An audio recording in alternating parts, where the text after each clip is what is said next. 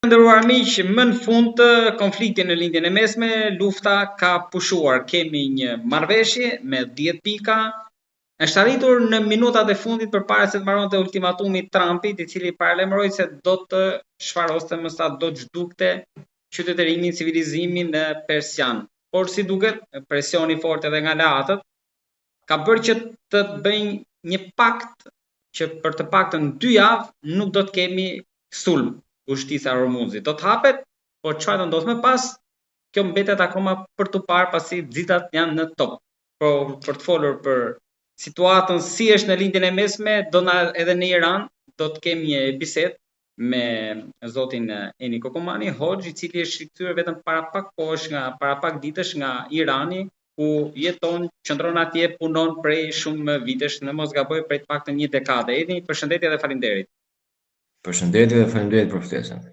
Faleminderit ju. Ju keni informacione të andej të dorës parë për shkak edhe të njohjes sigurisht të gjuhës edhe të burimeve mediatike dhe jo vetëm andej. Çfarë po ndodhet, si po perceptohet atje? Për pyetja tani klishe që e bën gjithë kush fitoi dhe kush humbi, po në këtë rast ka fituar paqja, kështu që të gjithë kemi fituar. Po. Tani, siç e tha dhe ju, jemi të gjithë fituar se ne populli thjesht fitojmë.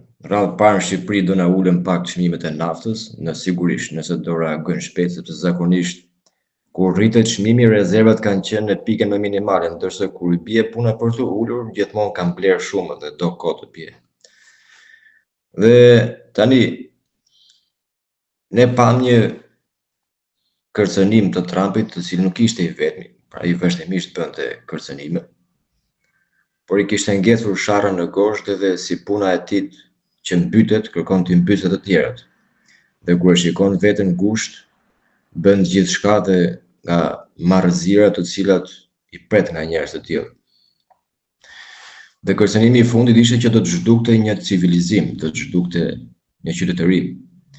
Ndërkohë që në historinë njerëzore është parë që i vetmi që bën diçka të tillë është Zoti, askush tjetër. Pra sado që të përpiqet njeriu të zhduk një civilizim, ta bëhet më një herë, apo flasim për një zhdukje të menjëhershme. Ka bërë vetëm Zoti, askush tjetër. Nuk do ishte apokalips. Nuk mund të bëj apokalips më saktë.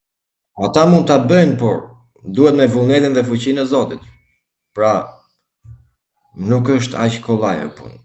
Sepse popujt që janë zhdukur, kemi Sodomi dhe Gomorra, të cilët kanë qenë homoseksual, transvestit etj. Dhe vetëm në raste të tilla kemi parë që të zhduket një popull. Dhe në raste të tjera ka ndodhur gradualisht, pra është bërë asimilim, pra vit pas viti, dhe për një periudhë të gjatë kohore. Ndoshta ishte presion maksimal deri në, domethënë, tani ne në Shqipëri themi që presioni ndonjëherë zien groshën. Tani kur nuk ke fuqi të bësh, sepse çfarë do bënte më shumë. Pra në çdo deklaratë që bënte ne do të godasim fuqishëm, po pse ai kishte mundësinë dhe nuk e bët këtë gjë.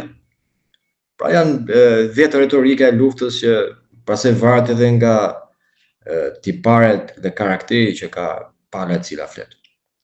Ndërkohë në ana tjetër kemi një karakter komplet ndryshe, pra nëse do të portretizojmë Amerikën si një person, bëhet fjalë për një gangster, i cili ka fuqi në dorë dhe kërkon të rrahë çdo që t'i dalë përpara në mënyrë harbute. Ndërsa nga ana tjetër kemi një shtet mirë vjeçar që ka një tjetër filozofi, ka një tjetër qasje ndaj jetës dhe ka një tjetër karakter. Pra kemi bërë me njerëz më të civilizuar, të cilën edhe mënyrën e të shprehurit dhe të kërcënimit e kanë të ndryshme. Për shembull, të marrim një shembull, sepse thuhet që u shpëtuan ata që u rrëzuan nga aeroplanët amerikanë. Por në fakt iranianët deklarojnë që kemi kapur njërin prej tyre dhe madje edhe disa nga ata që u dërguan për të kryer misionin e shpëtimit, që sipas disave nuk ishte mision shpëtimi, por ishte një tentativë për të marrë një terren ku të imbarkonin pastaj ushtarët e tjerë, dështoi, edhe tha që kemi kapur njërin prej tyre dhe për të bërë pra dallimin në mënyrë të shprehurit dhe të menduarit dhe karakterit iranianëve ndaj amerikanëve. Amerikanëve jo, po flasin për Trumpin, sepse Trumpi nuk është i gjithë amerikanët.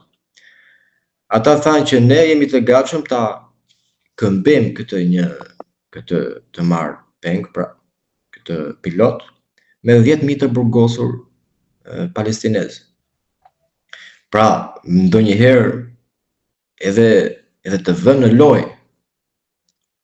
Nuk është nevoja të ngresh zërin për të marrë në kontroll dikë, por thjesht dhe besoj se edhe këto gjëra e kanë acaruar shumë Trumpin që ndonjëherë as nuk vetë përmbahej, sepse iranianët janë finë në mënyrën e të folurit dhe dinë të vënë në lojë, thjesht me fjalë. Pra kjo tregon për kapacitetin intelektual të iranianëve karshi kapacitetin intelektual të Trumpit. Por, që ti mos i futemi shumë këtyre gjërave. Ne kemi parë që pas kësaj kishte një propozim nga ana, pra një ndërmjetësim nga ana Pakistanit për të dyja palët, në mënyrë që Trumpi mund të hyjë në Kinës. Edhe Kina bëri ato presionin e vet që të kishte një hap pas. Po, falni se do telefonatat. Pa problem. Tani Trump e gjeti një mundësi të mirë tani që të largohet nga ky batak që ka rënë, sepse nuk po u dalin ato gjërat që kërkonin të bënin. Dhe edhe Irani duke parë se është në moment që mund të arrijë atë që kërkon, parashtroi 10 pikat e tij dhe Trumpi i pranoi si një bazë e mirë nga e cila mund të vijojnë bisedimet. Dhe nuk kemi një fitore amerikane këtu, përderisa Gjiri Persik ishte në kontrollin e tyre dhe tani është komplet e kundër kontrollin iranianëve. Pra nëse do të kemi një përballje, ai që ka humbur territor është jashtë Shtetet e Bashkuara të Amerikës. Pra tani më Gjiri Persik është në kontrollin iranianëve dhe do të paguajnë taksa ato që futen aty. Dhe përveç iranianëve, duke ditur që iranianët i mbajnë miqtë e tyre, ata kanë vendosur që edhe Omani të ketë pjesë në këtë taksë. Pra këto janë, pra ka një 10 pikësh të cilat nëse do dëshirojmë mund t'i përmendim këtu, ku sipas burimeve iraniane, ku do të bazohen pra bisedimet që do të vijojnë ditën e premte në Islamabad, në Pakistan, dhe me të cilat do të arrihet një marrëveshje përfundimtare, nëse do të arrihet, nëse nuk do të kryhet ndonjëherë sulm tjetër dhe dalje përsëri nga bisedimet siç bënte herën e parë. Dhe shpresojmë që me këto pika të vendoset paqja mbi të gjitha për popullin iranian, të cilët edhe po i vuajnë më shumë se të tjerët pasoja, por edhe për ata shqiptarë që kanë mbetur në lindjen e mesme, që nuk kanë mundësi të largohen, por edhe për popujt të tjerë në mbar botën, edhe ne që jemi këtu me rritjen e çmimeve e gjëra si këto. Tani tek pikat, më duket është një nga pikat që Irani kërkon tërheqjen e ushtrisë amerikane të gjitha forcave nga Gjiri Persik.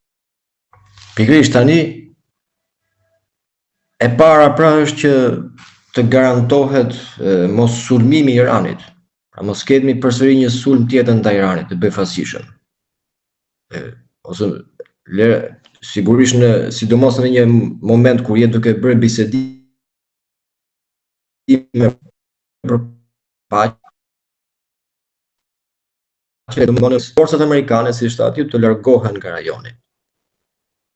Pra edhe vetë Trump në deklaratën e tij nuk tha që do ta ketë ai në kontroll dhe në menaxhim, po do të jap ndihmë, pra asistim.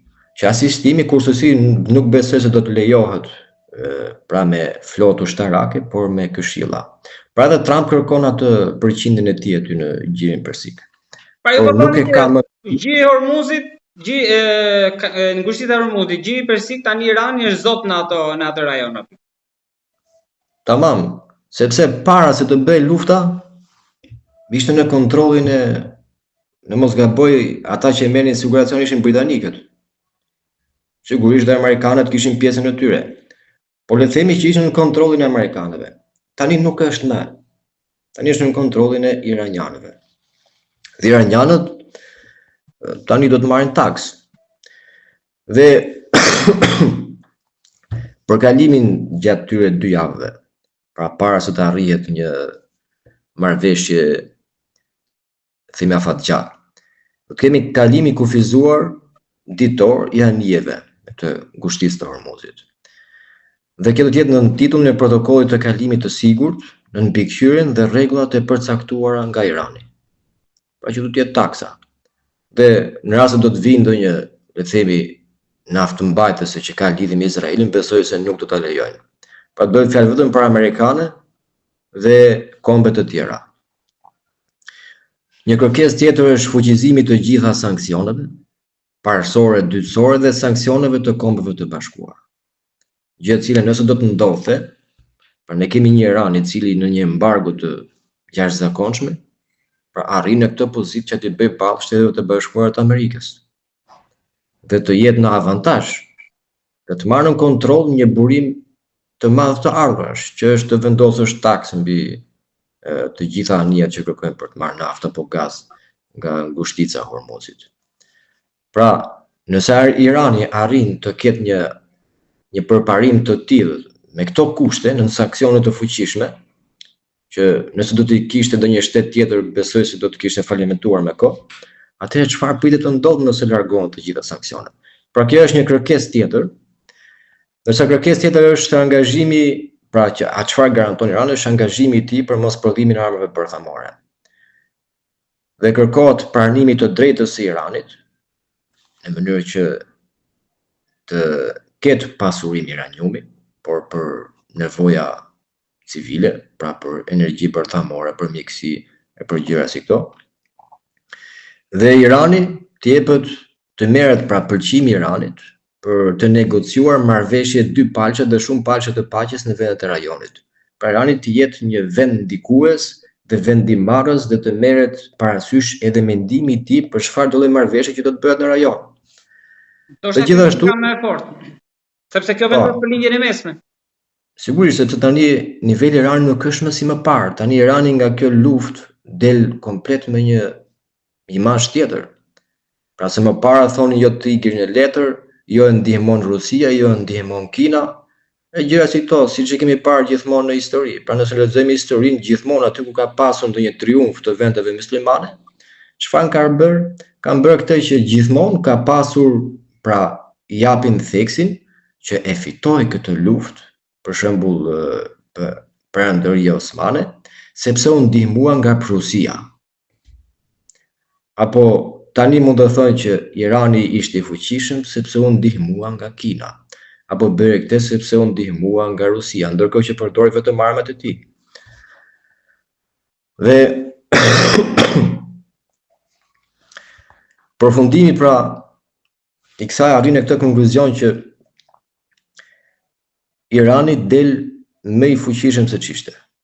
Pra, unë nisëm ta sulmojnë për ta dobësuar, ju thoni që në fakt doli u rikthye më i fuqishëm. Sigurisht, sepse urat, fabrikat e gjëra si këto nuk është se janë ndërtuar nga të huajt, edhe nuk është se qeverisja brenda u ndryshua që të mos rindërtohen përsëri.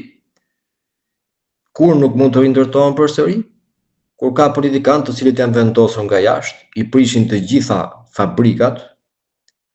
Pra nëse jemi një vend industrial dhe të gjitha fabrikat shkatrohen në emër të liri demokracisë, ndërkohë që janë plane nga neokolonialistët, ata nuk ndërtohen më. Pra prishen me qëllimin se i përkasin regjimit, të t'i rindërtojmë nga para, të t'i bëjmë të reja, dhe nuk ngrihen më kurrë sepse ajo që kërkojnë neokolonialistët është të shkatrohet gjithçka në mënyrë që vendi të bëhet i varur nga importet dhe të mos eksportojë asgjë tjetër përveç se lëndës së parë. Por kemi të bëjmë me një vend si Irani, i cili jo vetëm që nuk u nënshtrua, por doli triumfator dhe duke qenë se do të bënte marrëveshje të tjera, do të marrin pra do të largohen sanksionet, dhe do të marrin edhe taksa nga ngushtica e Hormuzit, Por ata nuk është as pak problem ta rindërtojnë, sepse është vend i pasur. Pra, ajo që mund t'i shkaktonte dëme të mëdha Iranit, ishte ndryshimi i regjimit, pastaj kur ndryshohet regjimi, varet se kush vjen në pushtet dhe le të themi kujt i lëpihet ai. Pra kujt ia fshin këpucët. Ju po thoni që pra ndoshta për të vënë titullin bisedës si Irani humbi liderin suprem, por fitoi ndikimin mbi ngushticën e Hormuzit edhe në rajon. Këto edhe gjithashtu mund të themi edhe që Irani tani jo vetëm në rajon, por edhe në botë është një superfuqi. Pra, vendet e tjera të botës nëse më parë kishin themi nguronin të bënin marrëveshje me Iranin, nguronin të kishin bashkëpunim ekonomik, tani më ata shikojnë Iranin si një fuqi e cila është e besueshme dhe mund të bëhet biznes me të. Dhe kanë çfarë të marrin nga Irani, sepse kundër Iranit është bërë propagandë mjaft e madhe.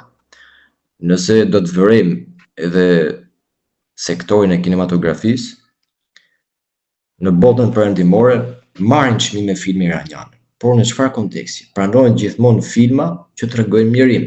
Pra bëhet ndonjë film për të treguar varfërinë, dhimbjen e varfërisë, që është një kafshat që s'ka përdihet, siç thotë një shkrimtar, poet shqiptar.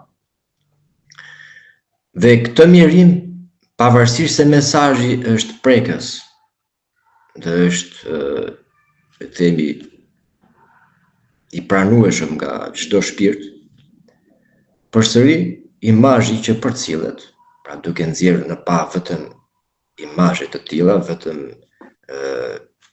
përshkrime të tilla, krijohet ideja që Irani është një vend i humbur në shkretëtir ku njerëzit nuk kanë çfarë të hanë të pinë. Madje ka dhe njerëz të cilët thonë që po kush je ti që vjen nga Irani na tregon neve si është Irani, ndërkohë që në Iran ka 25 milion banor që s'kan ujë të pinë.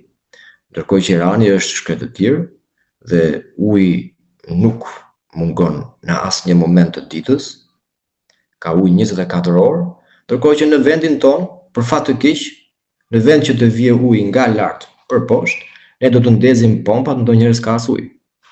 Ndërkohë që Shqipëria është e mbytur në ujë.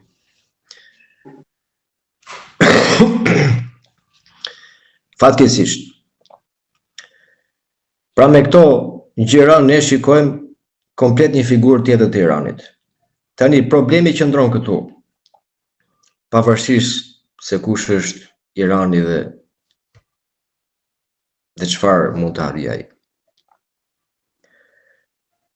Problemi mund të qëndrojë se Trump ka treguar që nuk është se mund të zihet fort besë.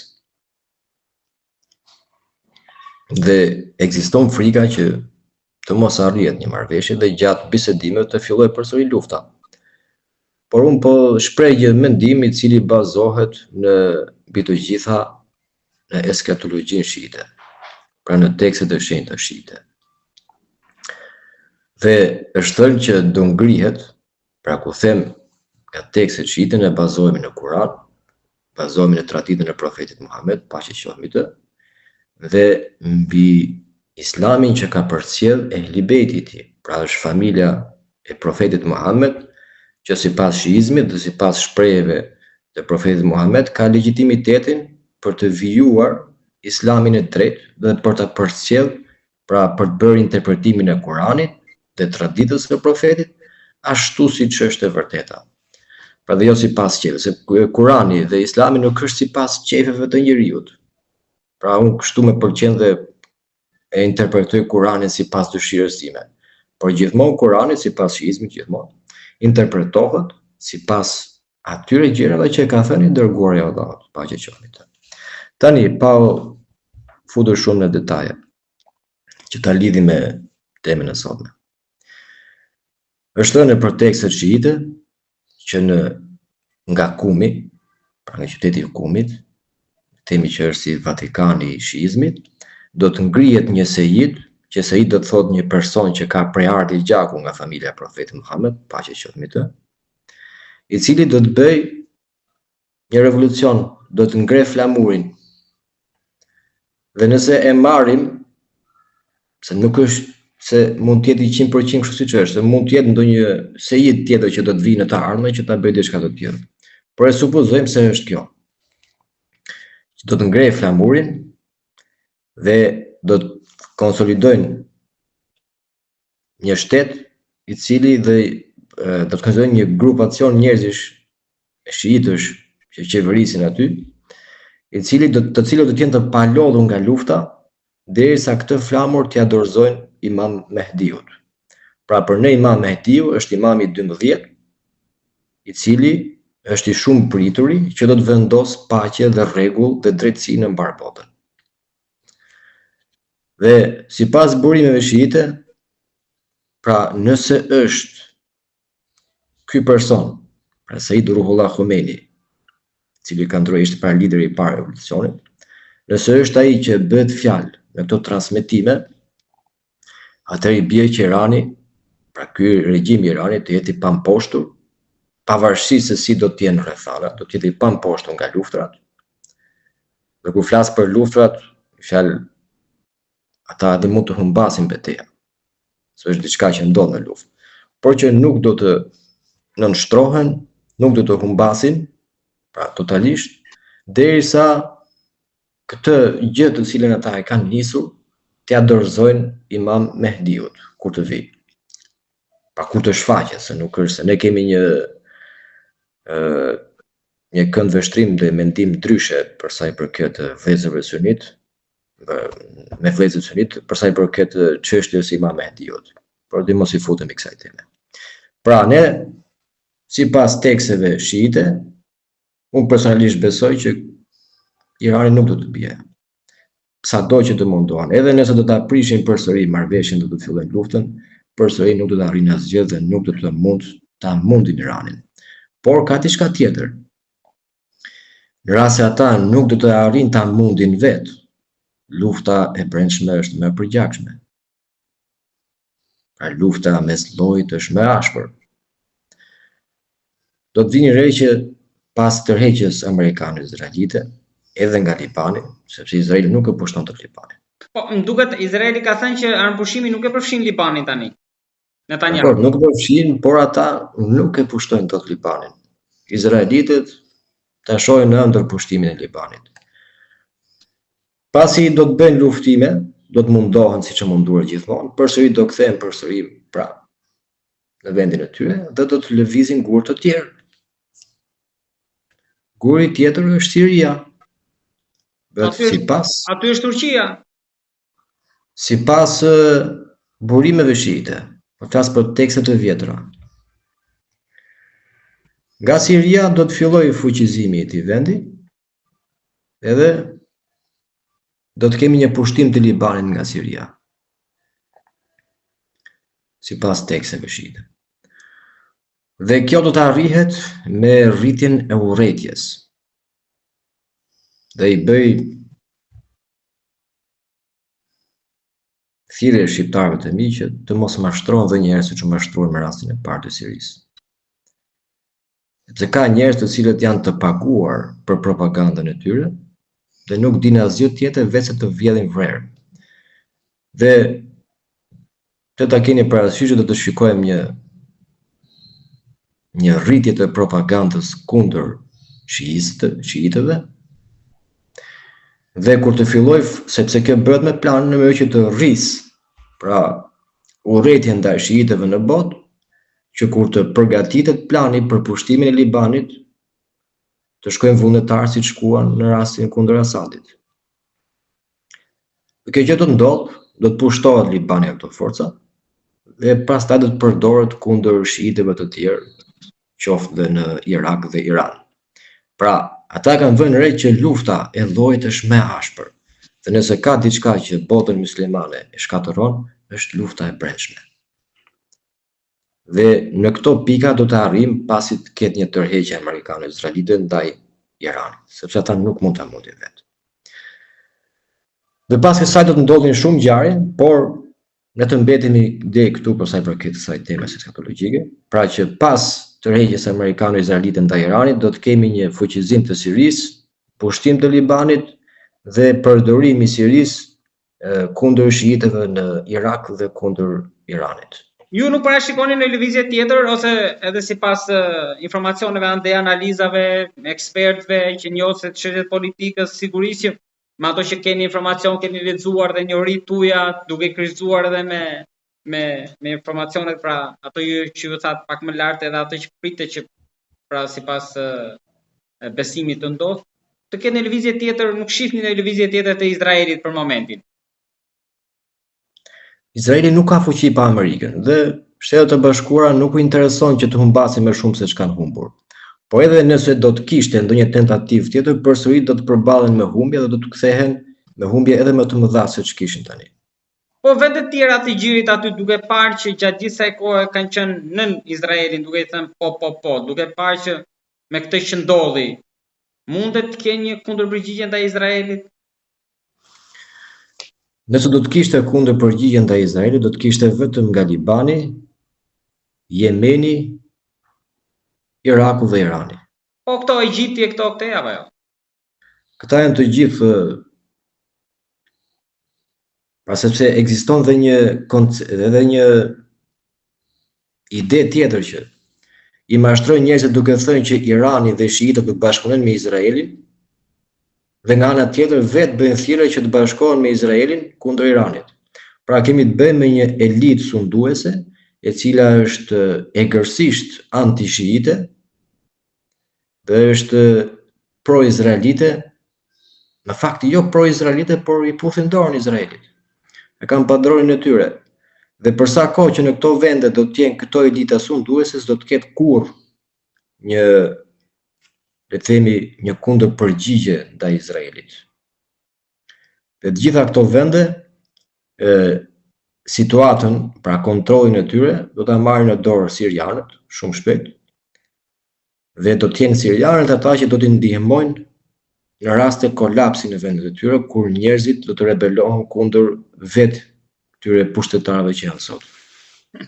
Po me princa çfarë po ndodh Arabisë të tjerëve aty, se tani me Iranin e pam si është situata me të, po si kanë punë të mirë as me Shtetet e Bashkuara. E ke fjalën për vendet e gjirit? Po.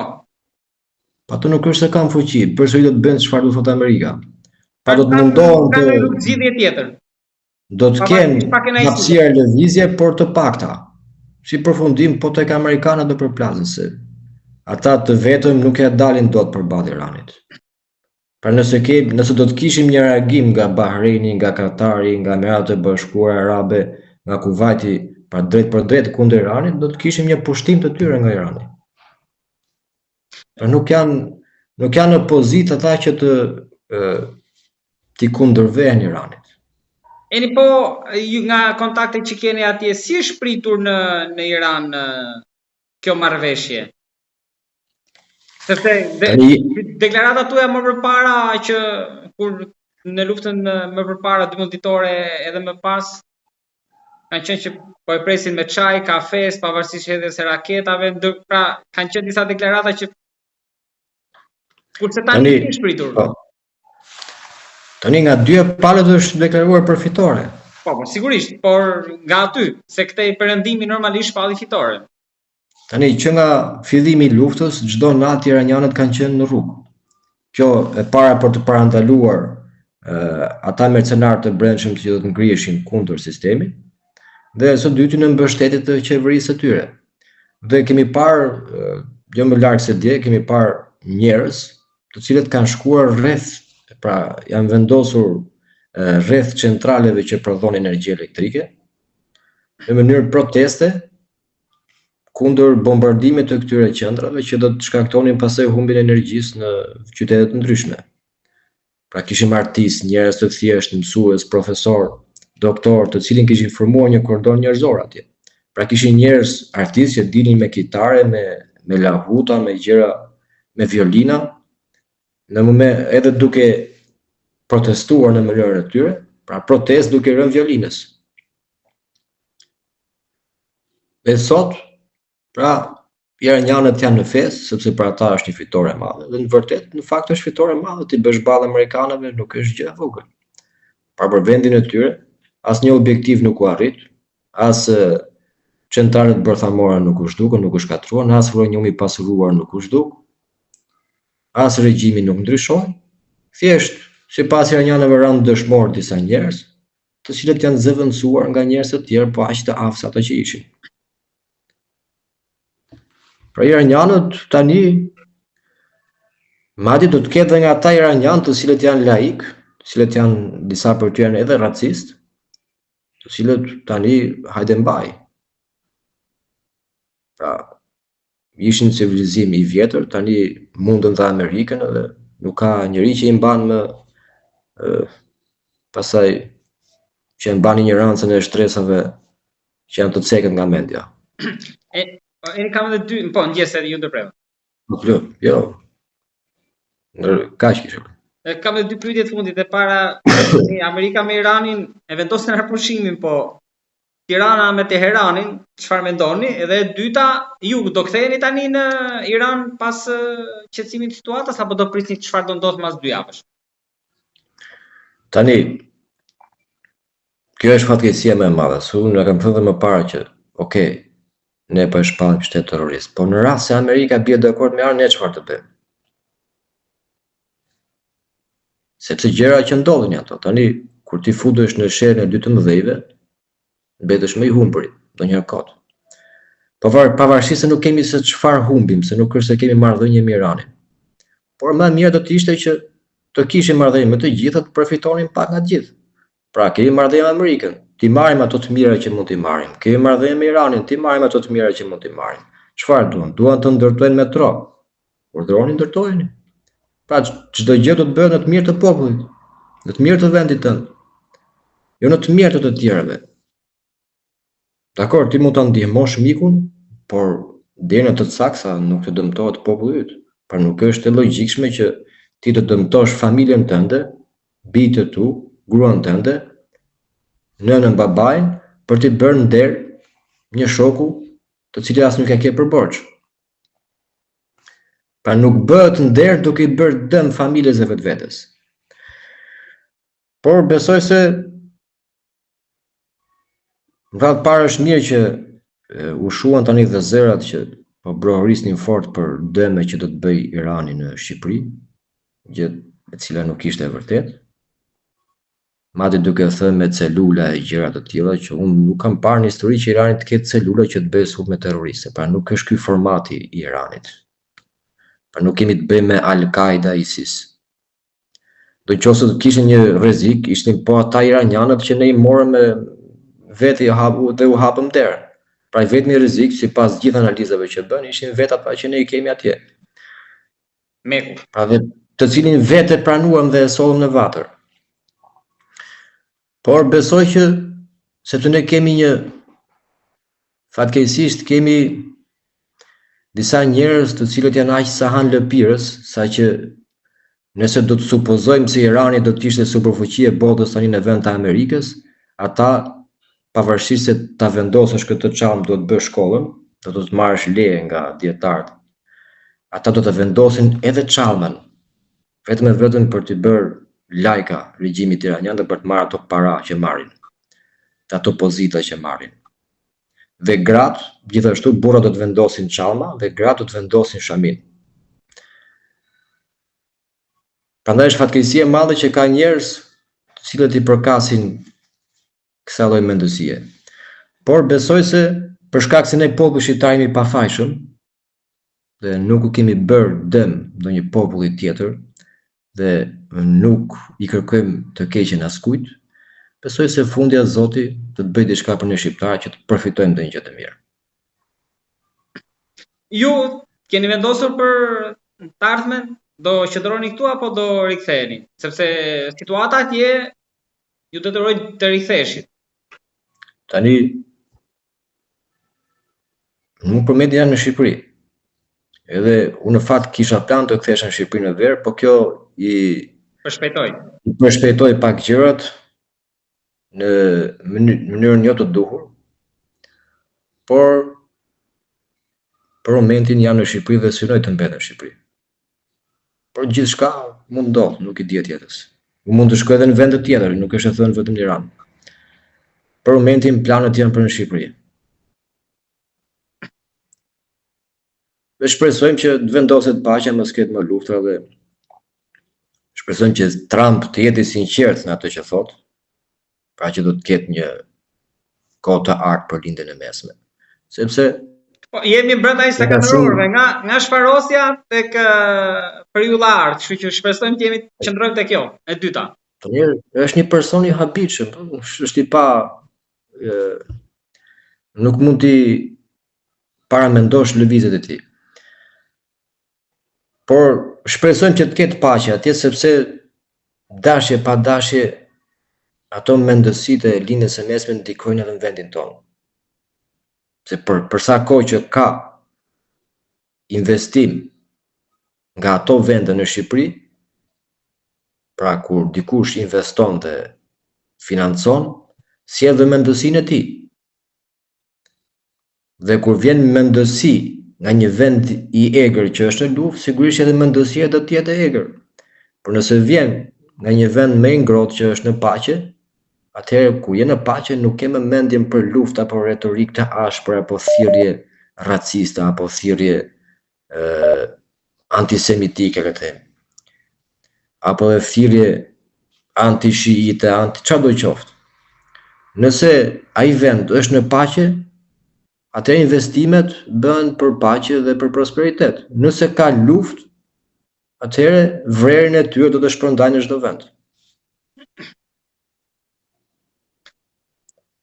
Bashkohem me atë që ju sapo thatë më lart dhe me lutjen që konflikti të mbyllet përfundimisht dhe kjo paqe që është arritur tani për këto 2 javë të vazhdojë edhe pas 2 javësh, edhe të kemi një epokë të artë, jo vetëm atje, por sigur e thatë ju që do të ndikojë në të gjitha vendet edhe këtu tek ne, duke filluar nga ulja e çmimeve që shpresojmë të reflektohet sa më shpejt, por edhe tek jeta e përditshme, sepse konflikti atje, duke sigur jemi në një fshat të madh global, kanë ndikojë edhe këtu në jetën e përditshme.